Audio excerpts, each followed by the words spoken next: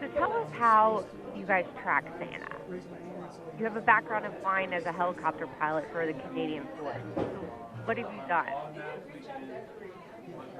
Right, so I do have a background as a helicopter pilot, but for about the last 10 years I've been doing air defense of North America with NORAD, with North American Aerospace Defense Command. And 24 hours a day, 365 days a year, we defend North America using radars and satellites, and with our fighter aircraft. We use the same things on the 24th of December to track Santa. So we're using our radars and the overhead infrared satellites that are able to see things with heat like Rudolph's nose. We're able to detect Santa around the world.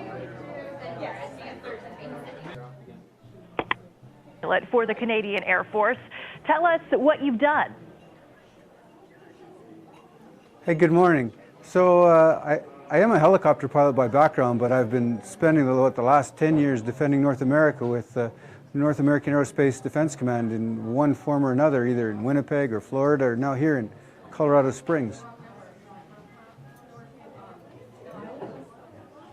And also you've helped with the 50th anniversary of D-Day overseas. The D-Day Memorial is here in our region. What did you do for that anniversary, and what was it like being there for that?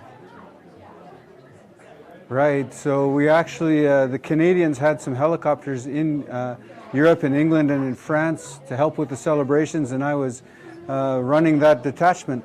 And so we did some really neat things flying Canadian dignitaries around, but we also exercised with British and French forces as well. Just at that time, we did some flights over the beaches. We had a really interesting opportunity to fly an old Canadian pilot who had flown over the beaches of Normandy on D-Day itself, and we actually got him for a flight up in one of our helicopters, sort of recreating his route. Wow, what a special memory that must be. Thank you so much for your service. And now what all the kids are waiting for. Santa is making his way around the globe right now, and tracking Santa is a big job for NORAD. How do you do it?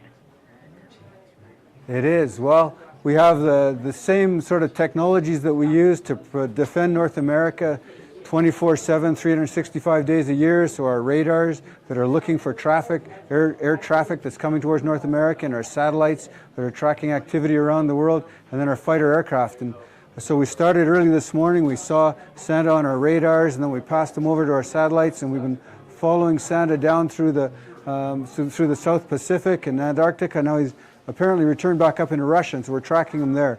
We do spend a lot of time looking at things happening around Russia, so it's pretty easy to find them at this time. Yes, Russia has definitely been a hot topic over the last couple of years.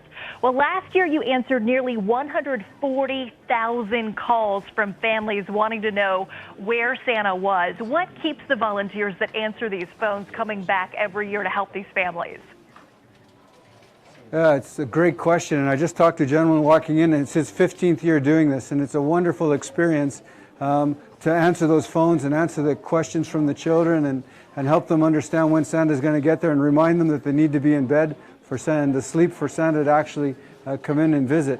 And it's just that interaction with people from all over the world that makes this a really special opportunity for not only us, the members that are doing this, but as well for all the volunteers that come from all over the place to help us out to man the NORAD Track Santa Center here in Colorado Springs. Okay, a good reminder there, kiddos. You gotta get in bed tonight. There is a website, if you have OnStar, you can ask where Santa is, and you can ask Alexa to track him too. I know this is a huge family tradition for many of you, and we look forward to tracking Santa every year with my nieces and nephews, and now my daughter. Thank you so much, Lieutenant General, for being with us. Merry Christmas to you. Merry Christmas to you and all your viewers.